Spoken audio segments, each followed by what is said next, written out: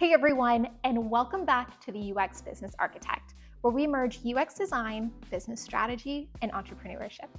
I'm your host, Mercedes Johnson, and today we're diving into a super exciting topic of using AI to create personas. If you've been following me, then you already know how much I stress the importance of building your design toolkit, and today is no different. User personas are one of the most important tools for helping you understand your users. But building them can be a little time consuming, and that's where AI comes in. In this session, we're going to explore how you can leverage AI to streamline your persona creation process. But remember, this does not replace the human element. This is about you understanding how you can enhance your workflow to be more efficient. So grab a warm beverage, make yourself comfortable, and let's dive in. So you got to know each other. We're going to go over personas and AI tools. We'll take a break. If you need to use the restroom, it is down the hall, past the kitchen on your left. And then we're going to jump into our workshop in Figma. I'll give you some tips and tricks on how to do that. And then we'll wrap up with a quick survey and get you guys out of here.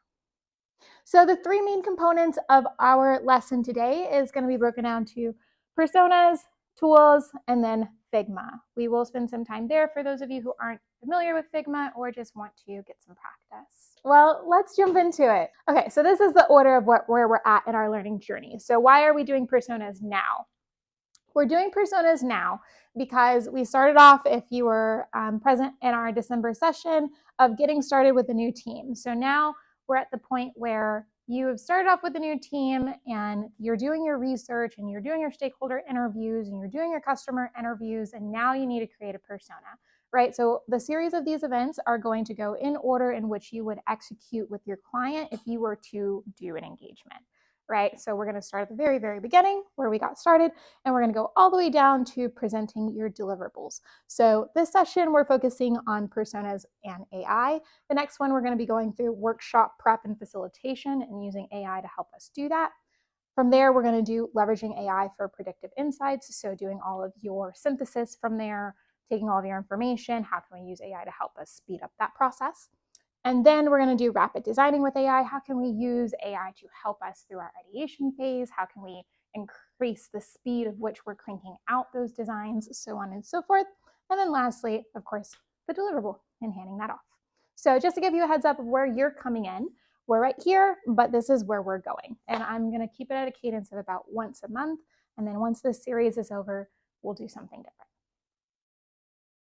Okay, so what you're going to learn is how to design with AI effectively.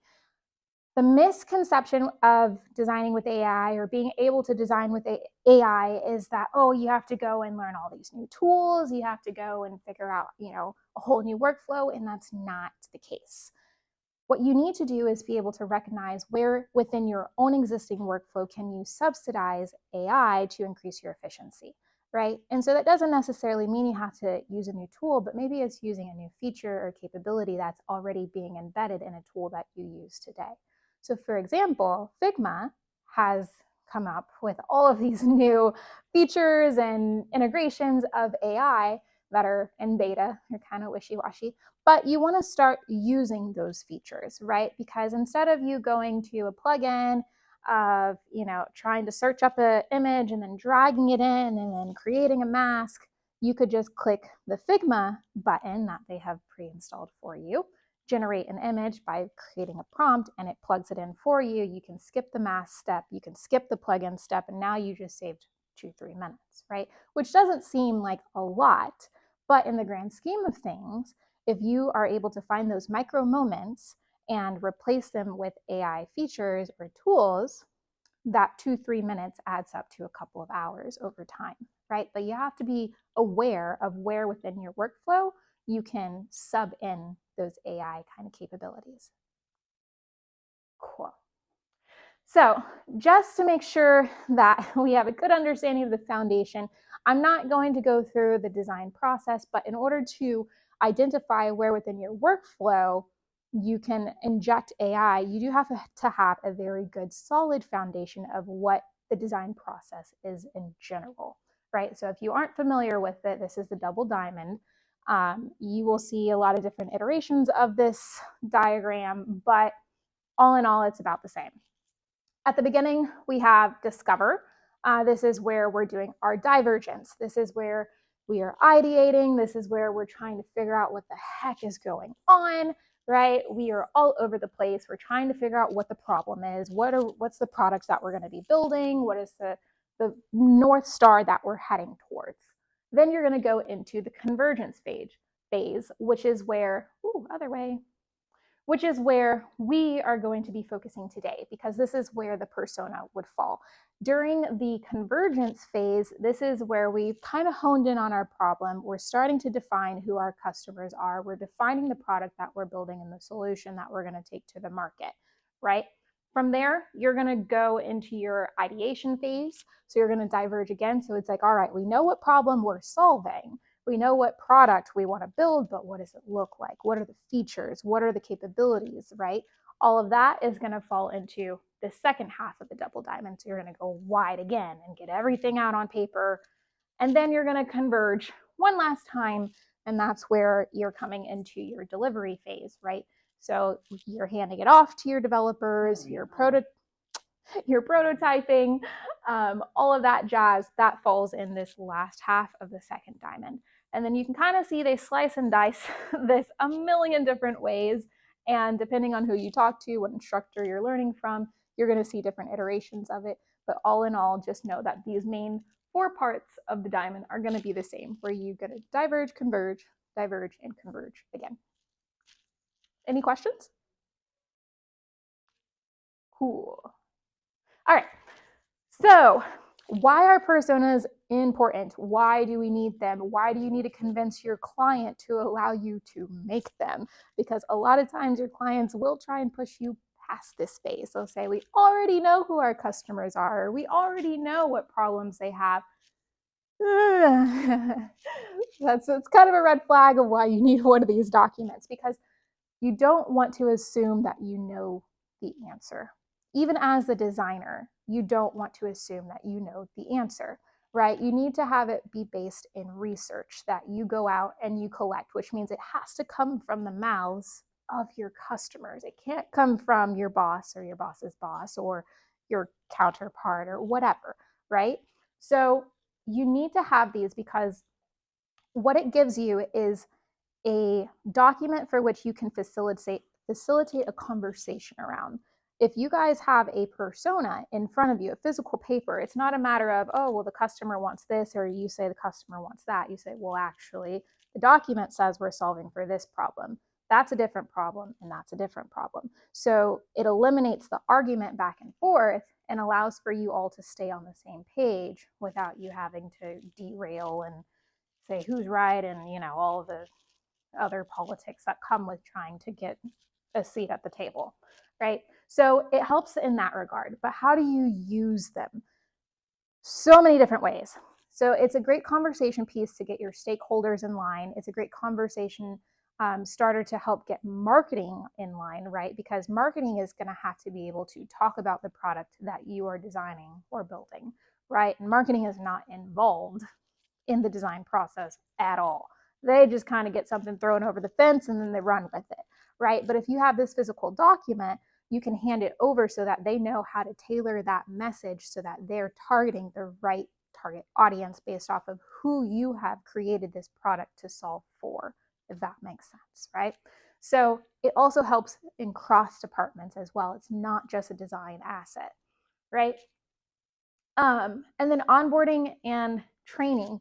If you are bringing on a new person onto your team, or your team is growing over time and you have to get them up to speed relatively quickly, they're not going to have time to go and sit down and do all the customer interviews over and over and over again. And it's not a very effective use of your time either, right? So when you have this document, now this is something that you can hand over to someone that's coming onto your team and get them up to speed relatively quickly so that they know, okay, here are the problems we're solving, here's what they say, here are their goals and motivations. All right, I have a good idea of our target audience, right? And you're not having to waste your time. You're able to kind of keep the ball rolling with your productivity even as your team is growing, because that's a very common pitfall whenever your team grows, is that you kind of have to take a step back because you have to ramp everybody up, right? And so if you have these documents in place, it helps to mitigate against that pushback of your productivity. And then lastly, product development. Again, making sure that you're designing the product that solves the problem that this person says that they have and not the problem that you think they have, right? And how long does this last? This is a living document. What does that mean? It means that it's going to have to be recreated multiple times at certain intervals. If you find that your customers' behaviors are shifting, so you might think it could be periodically from 1 year to another year, right? If we were to look at a time period before AI has come mainstream, so before OpenAI was a thing, customer needs are going to be vastly different than customer needs today. Now everyone's on the AI train. So if you had a persona that was built prior to OpenAI, now you probably have to go and build another persona, right? If let's say you're talking to business owners, a business owner prior to OpenAI becoming mainstream wouldn't care about chatbots and getting AI into their products. However, today that's what everybody's talking about, right? So that persona has drastically shifted when it comes to their needs, their goals, and their motivations. All right, so key components of a persona. It's going to be the demographic information. This pointer doesn't show up on the screen. That's a bummer. Their demographic information, their background and their bio. So where are they from? What is their culture? What do they do? Do they have kids? Are they married? Like all of that information. Their behaviors and preferences, right? What are their regular routines? How do they normally interact with technology? Goals and motivations, pain points, and then lastly, you're going to have a user quote in there 9 times out of 10. But a persona is not a representation of a single individual. A persona is a representation of an entire target audience, right? So you're only going to have one paper that has Sally on it, right? But Sally is made up of 25% of your market, right? And you could have multiple personas as well for a given product. So you might have someone who is highly tech savvy because you have the millennial market that you're tapping into, but then you also have another persona for someone who's not necessarily tech savvy, but is still a part of your target audience, right? If you think of, you can even use OpenAI as an example. We have the youth who are adopting it like rapid fire, but then we have the older kind of generation that's not as quick to adopt it, right? So you might separate those into 2 separate personas. You might break it up off of products. So you might say, I have a persona for ChatGPT, but then I have a persona for Dolly, right? Even though it's underneath the same umbrella of OpenAI, they're 2 different products. So you're going to create 2 separate personas, right? So you can have multiple underneath one roof. Cool. And again, I'm not going to go into the depths of it, but there is a YouTube channel where I'm posting all of these learnings, everything that I'm trying to get out into the market. So if you haven't gone and watched these videos, it'll give you a better understanding of their user research process, as well as a little bit more around personas and why they're important. But that's where you can find them, and that's where all of the future learnings are going to be posted as well. All right, so persona layouts. This is kind of what the deliverable is typically going to look like. They come in all different flavors. They can be organized however you want. Here are just some common ones.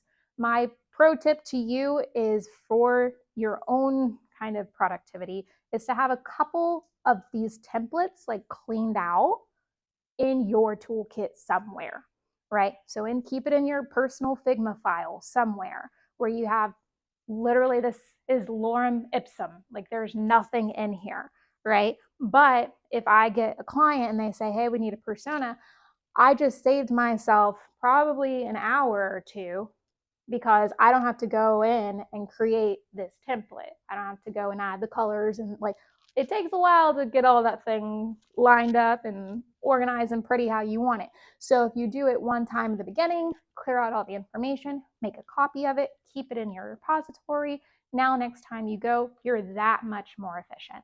right? So I would keep a couple different versions. So design which ones, resonate with you, that you like, that are aesthetically pleasing, and then pull them out of the woodworks whenever it's time to create them. Also, highly recommend branding them to your client colors, just saying. Okay, let's jump into tools. All right, so like I said, there's a whole bunch of different tools out there. You do not have to go and learn new tools. You don't. But you do need to figure out what tools you like to use, right? And there's a whole bunch out there. The ones that I personally use the most are ChatGPT for my LLM, large language models. This is just where I'm entering in a prompt and I'm getting back whatever I want. I like it because it allows me to get images from there, even though that's not my primary source or a reason for using it. But it gives me ideation ideas. I can brainstorm with it. I can give it a whole bunch of information and it'll synthesize it. That's why I like it the most. I've explored with Claude. This is an alternative, another LLM model that you can use.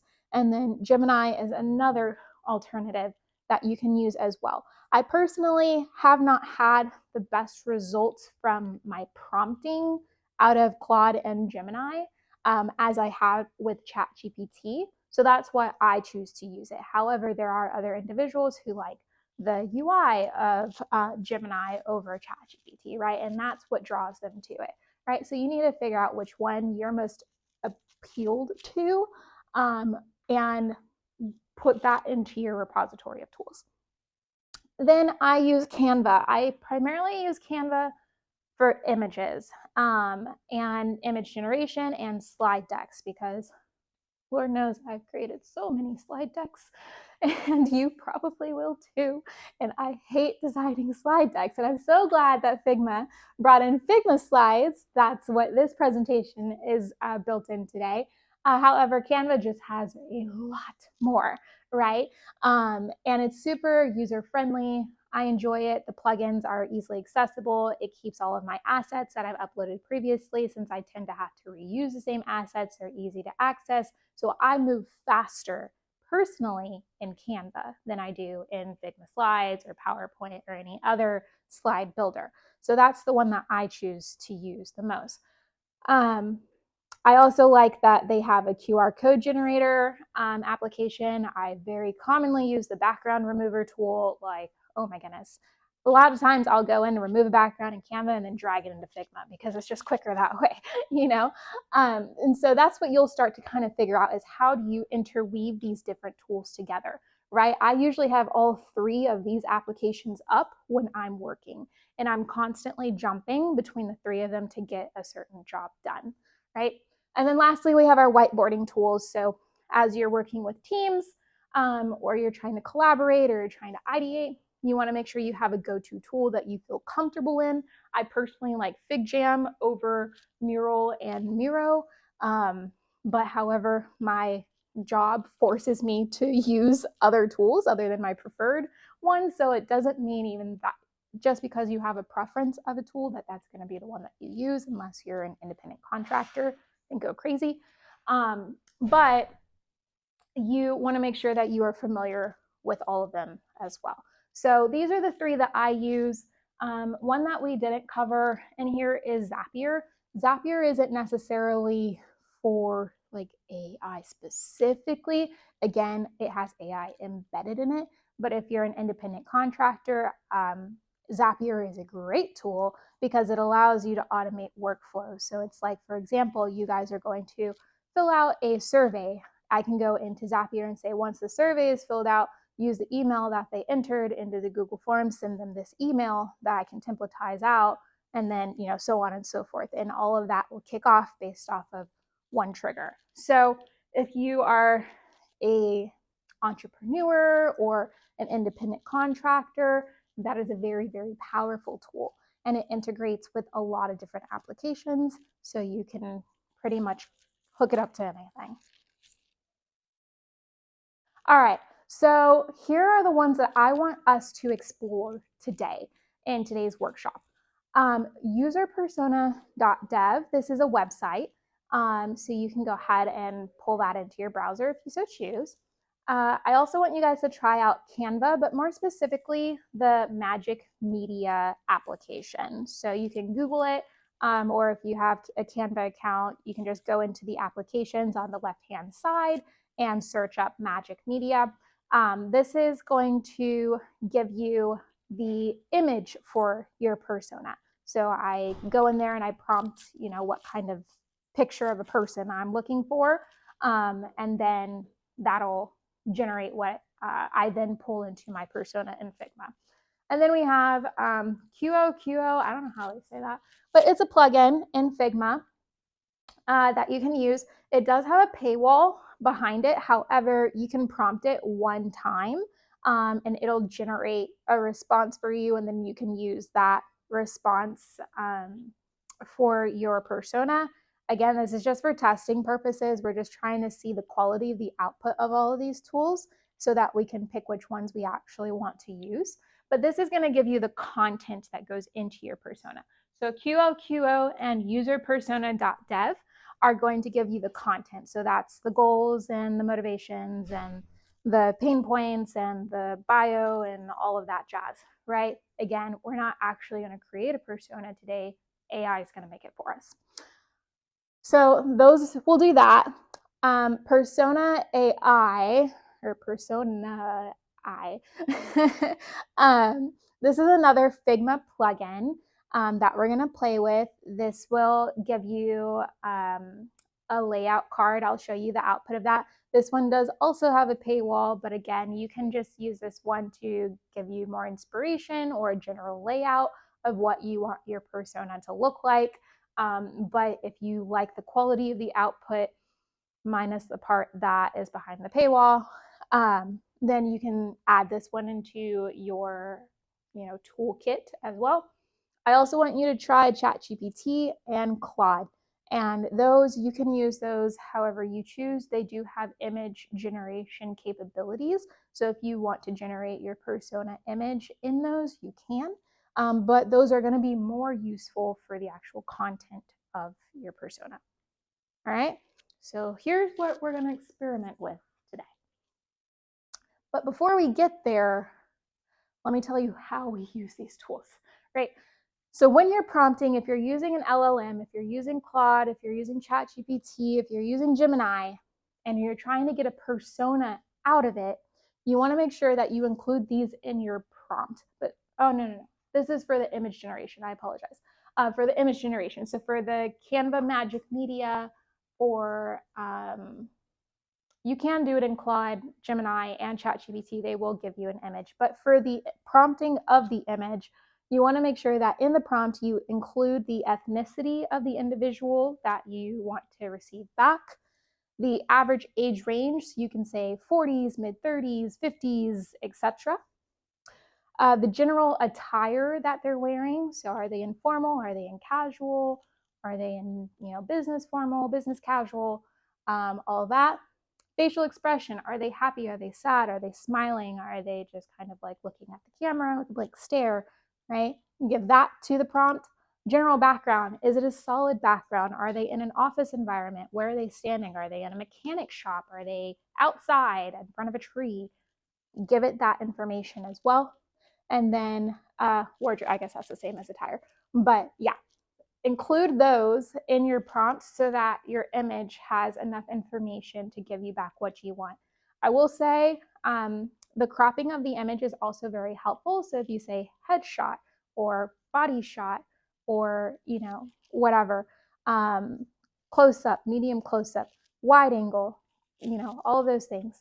If you took photography, then this is a great time to lean on that information.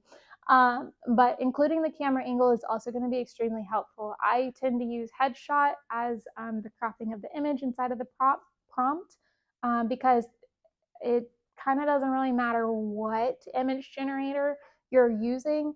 Hands never come out right. They never come out right. And sometimes teeth. Teeth are becoming a problem. I notice for Canva Magic Media, teeth are kind of wonky. And then eyeballs are hit or miss. But I will say, if you are looking for a very, very solid, very consistent image generator, I would highly recommend Midjourney. That one has had the highest praise and gives the best quality of images.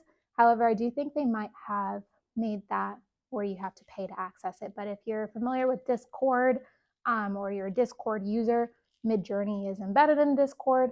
So I personally hate Discord, but I will use it so that I can use Midjourney. So just kind of take that with a grain of salt. We're not going to play with Midjourney today just because it is a little bit more difficult to get into from the jump.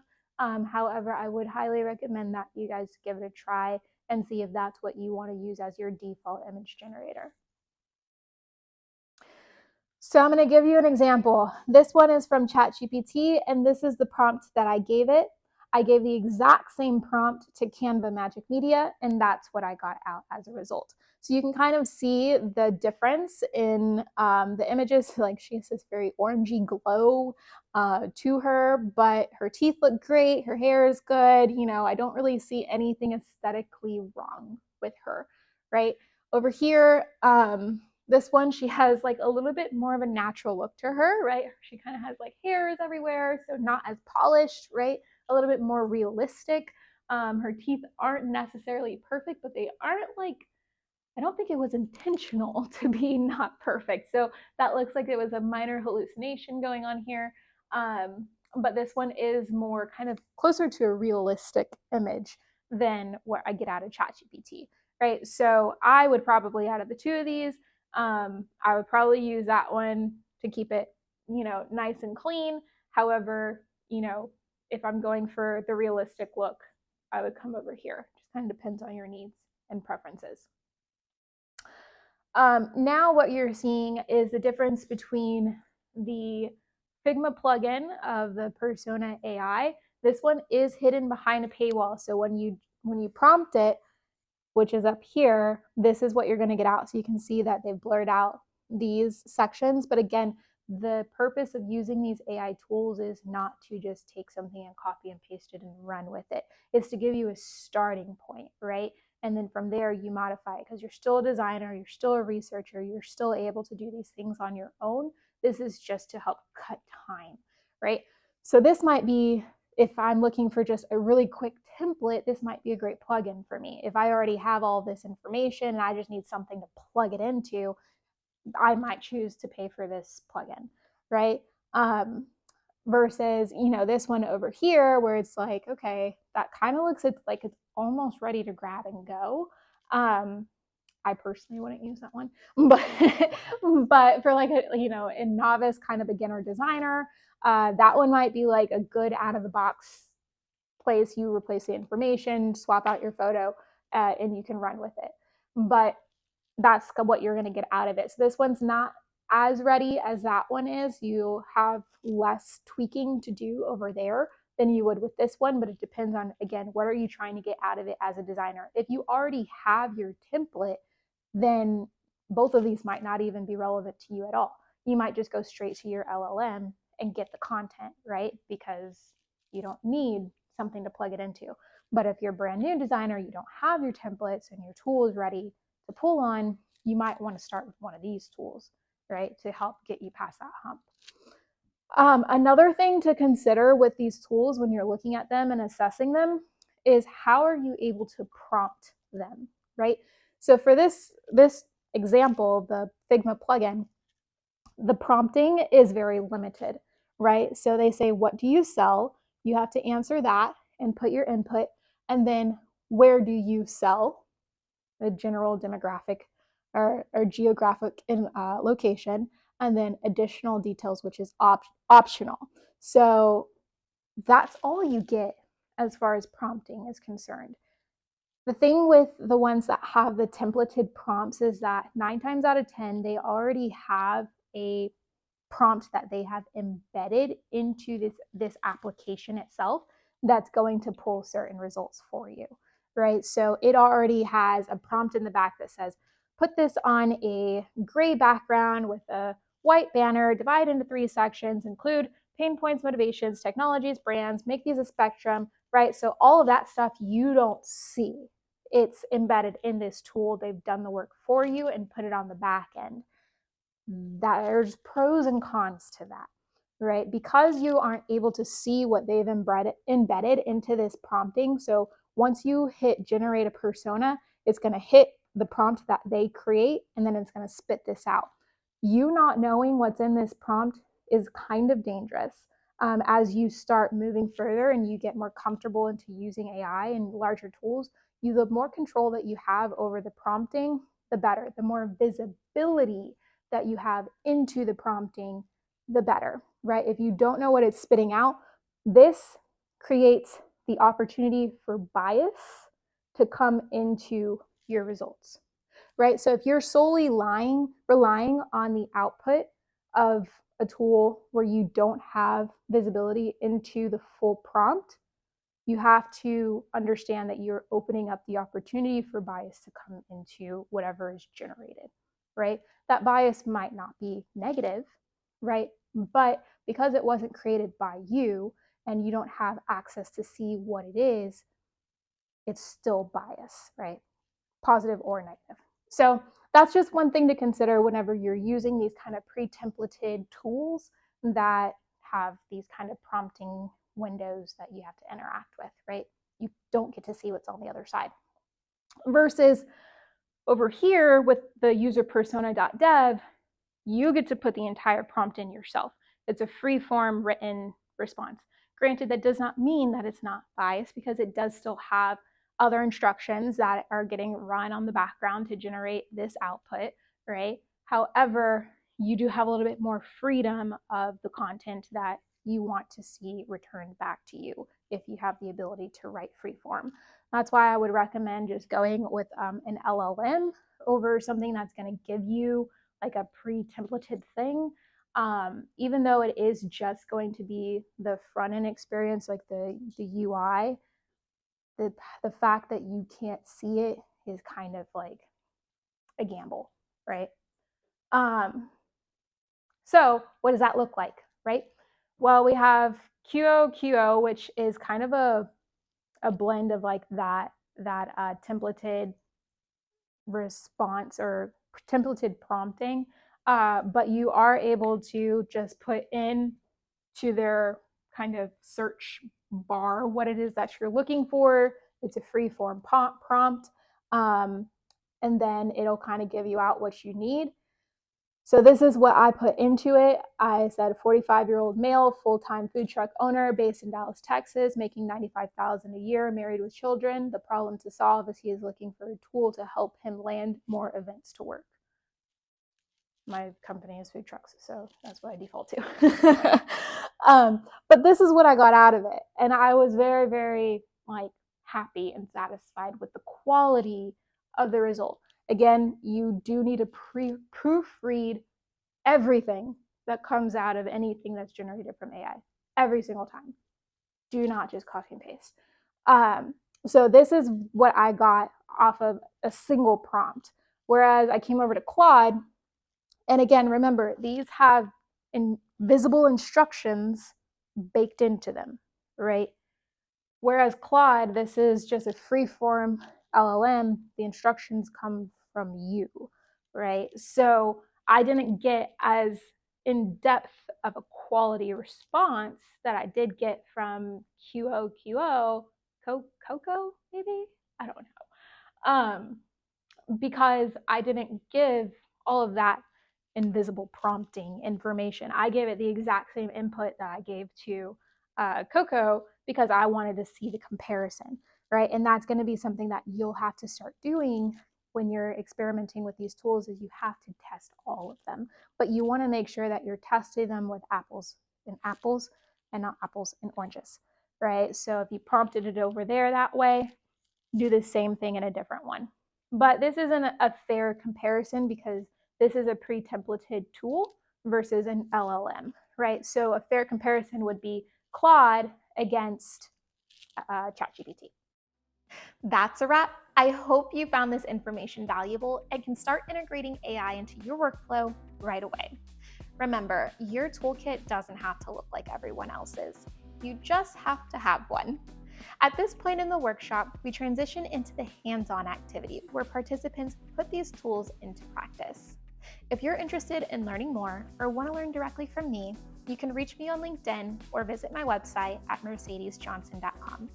If you're enjoying this content, don't forget to hit like, subscribe, and the notification bell so you don't miss any future videos. Thanks for watching, and I'll see you here next time.